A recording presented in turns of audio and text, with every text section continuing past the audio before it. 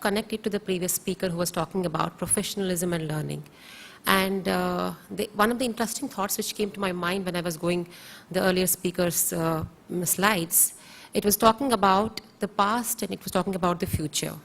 It was saying that learning the way we used to do is becoming dogmatic, and the future is very, very different, where we are talking about professionalism and making it much more relevant. So I'm just, with that connecting dot to this particular topic, goes for the same thing like a corporate university. When this concept started off, it was more like every organization had a need, and the need was, I need to have my people skilled enough to do a particular job. So I will have a department called a Learning and Development Department, which as and when the organizations kept growing and becoming mammoth, it went to taking the form of the corporate universities. So that was the past ideology or the approach. But what has happened over a period of time, that it is relevant, but how relevant it is it really keeping the pace with the future, where the needs are very, very different. It is not just the skill of the employee which you really need to brush upon.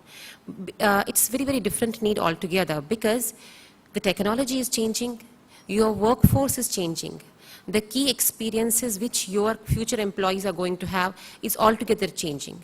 So which is building a culture in your organizations which at times, because of the technology reach and different key experience, doesn't stay in the hands of the few key leadership roles in the organizations, which was a very dogmatic approach and a very authoritarian approach.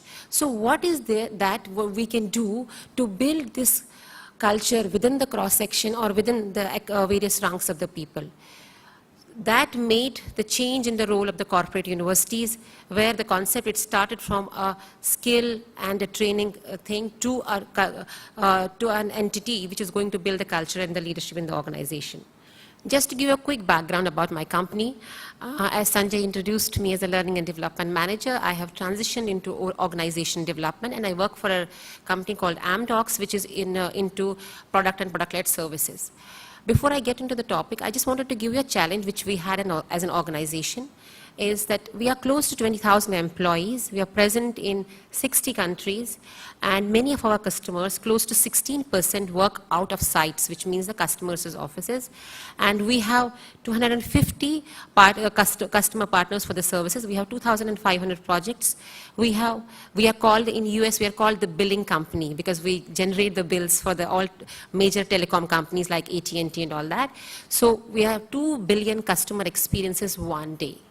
Now imagine from the dynamics of this kind of a business, when you have such a huge geographical spread, when you have so many countries where you're operating out of, and you have few countries where you don't have even the offices and you're operating out of the customer sites, what does it mean to the culture of an organization?